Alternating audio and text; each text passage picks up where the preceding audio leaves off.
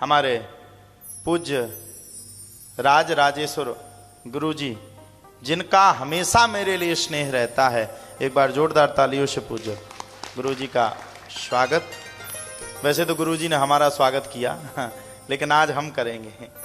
निरंजन स्वामी जी हमको लेके अगर ये लेके नहीं आते तो हम एयरपोर्ट पे ही गाते श्री राम जय जय राम, क्योंकि निकलने की जुगाड़ ही नहीं मिलती है।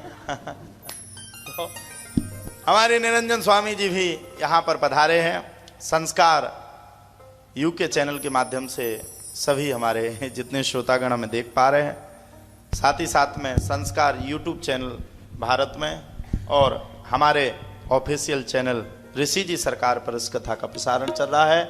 आप सभी भक्त यहाँ पर पधारे। जोशी दादा हैप्पी बर्थडे। हाँ, अच्छा, ये भगवान ने पहले लिख दिया था कि 2025 वाला बर्थडे गुरु जी के साथ मनेगा तुम्हारा।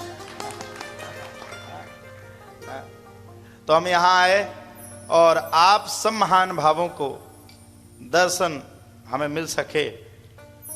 पहले तो हमने हनुमान जी महाराज को प्रणाम किया और गुरु जी 10 साल बाद मिल पाए, बड़ी मुश्किल में। तो ऐसे हमारे गुरुदेव यहाँ विराजमान हैं। लंदन आते आते हमने 3 बार स्नान किए, हमें पता नहीं था। पहले की ये सुबह फ्लाइट थी भारत के समय अनुसार 6 बजे। तो हमने क्या किया कि 3 बजे फिर नहा लिया, स्नान कर लिए। विदेश जाने की शौक बड़ी खतरनाक होती है।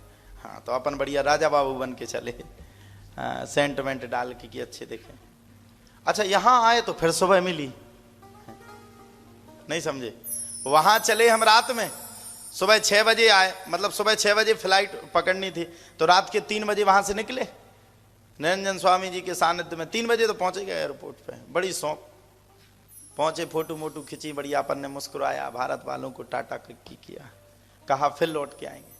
अब वहां से जब हमने टाटा किया सुबह 6 बजे, तो वहां सुबह हो गई गुरु जी। अच्छा, सुबह हो गई तो हमने सोचा कि 9-10 घंटा की फ्लाइट है, हमें तो आते आते 12 घंटा लग गए। तो हम कहे कि जब वहां पहुंचेंगे तो रात होगी। अच्छा, यहां पहुंचे तो यहां सुबह की 12 बजे थे।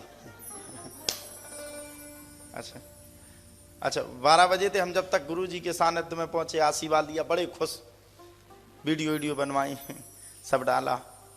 अच्छा, हम गृहस्थी हैं, पहले तो बता दें, हमारा परिवार है। तो हमने क्या किया कि 5 बजे अपनी पत्नी को फोन किया।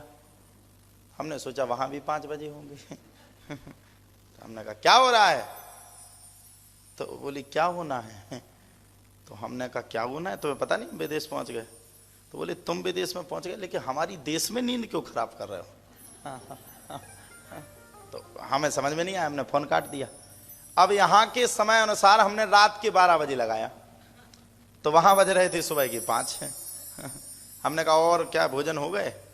बोले भोजन यहाँ तो भोजन भजन हो के बस स्नान की बेला हो गई। हमने कहा क्यों? बोले 5 बज गए। तब पता चला कि यहाँ 12 तो वहां 5 है।